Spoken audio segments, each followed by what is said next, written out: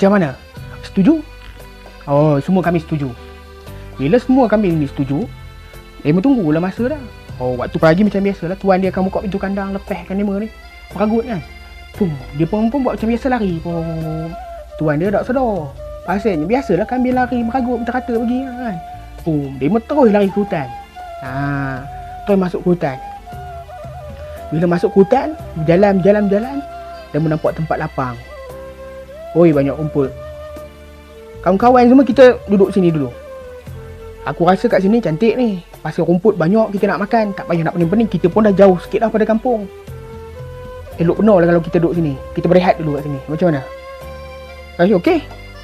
Kami okey je katanya. Kami lain kata. Kemudian nak jadikan cerita, ada seekor harimau kumbang. Wanita mak. Harimau kumbang. Dia berjalan dalam hutan. Dia ternampak kawanan kambing. Bila dia nampak kawanan kambing, dia pun datang dengan belagak dia. Slow je dia datang.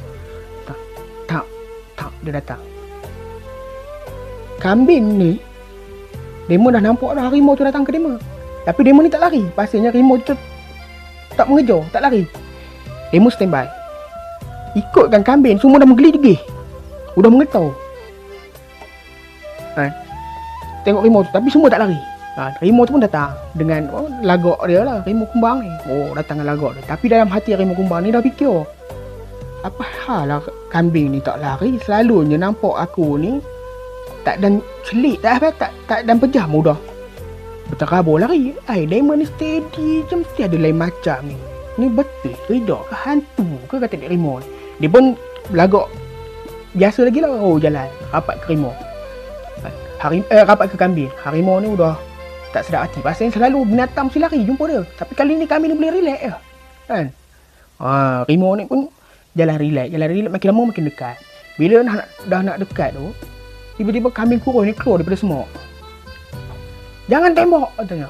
Dia cakap kat kawan dia lah, dekat kumpulan dia. Jangan tembak. Simpan peluru kita. Kalau kau tembak, membazir je setakat seekor ni katanya. Biar dia datang. Aku tahu nak buat apa. Jangan tembak. Kita standby aja. Kita tengok lagak dia katanya. Kambing kurus ni cakap. Bila harimau kumbang ni dengar, berterabur lah dia lari. Main tembak pula katanya.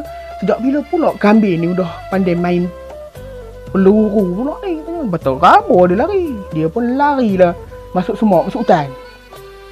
Bila dia lari masuk hutan ni, masa dia lari tu dia nampak tapi apa ni, tenuk yang warna hitam putih tu kan. Dia ada hidung sikit tu macam gajah.